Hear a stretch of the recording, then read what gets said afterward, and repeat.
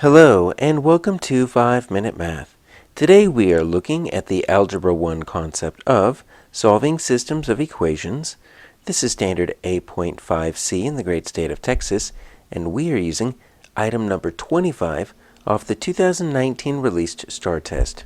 If you haven't done so already, please go ahead and take a moment to pause the video, work this problem out on your own, unpause it, and we will look at our answers together.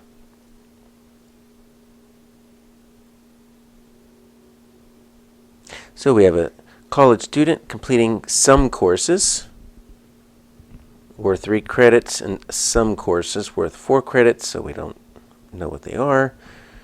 The student earned a total of 59 credits after completing 18 courses. How many courses worth 3 credits? Okay, so we've got the 3 credit courses and the 4 credit courses. We're gonna have to label these somehow, so let's just give them some values, x and y.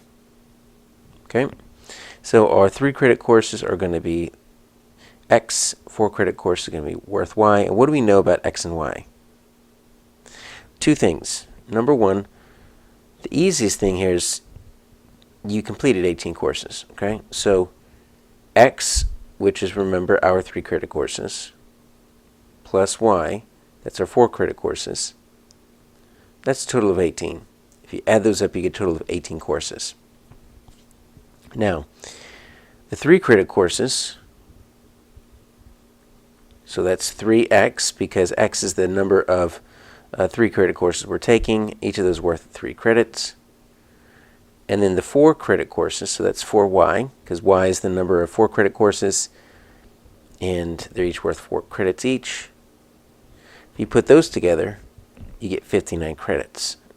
So once it looks like this, it's a little bit easier, but you have to be able to pull these equations out of the number of sentences here.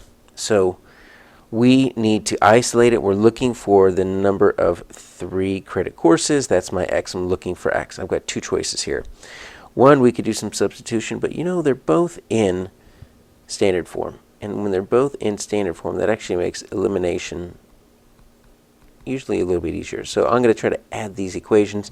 I want to eliminate a variable. Since I'm looking for x, right, I want to eliminate y.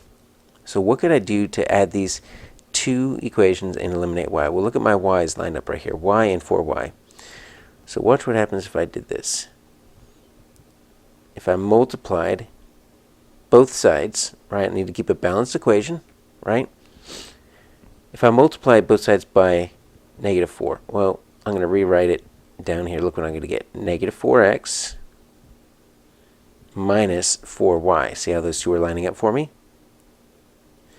And then I've got -72. So I had to distribute that out. Watch what happens when I add them up now. Okay? So I've got 3x minus 4x. That's just going to give me -x equals, and let's see what I've got here. Looks like I've got 13. So -x equals -13. Right, we need to multiply both by -1 because you can't just leave it as negative. And what do we get? We get x equals 13. So I see an answer there. Let's make sure that this works with everything else. So if x equals 13,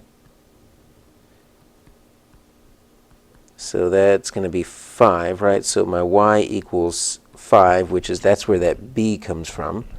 Let's make sure the math works out with this second equation right here. So I've got 3 credit courses. There's 13 of them. 4 credit courses. I said there are 5 of them. That should equal 59 total credits. So that's going to be 39 plus 20. Yeah, that equals 59. That does check out. So you're looking to make sure that you've got a true statement, right, for both the x and the y values. So the solution to the system of equations, if I wanted to graph it, would be 13, 5, right? If I wanted to graph both of these equations, right, it would be kind of like this, wherever that is. But we're looking just in this case for the value that we said was the x value, which we just gave it ourselves, that value ourselves. So that's going to be the 13. Answer here is A.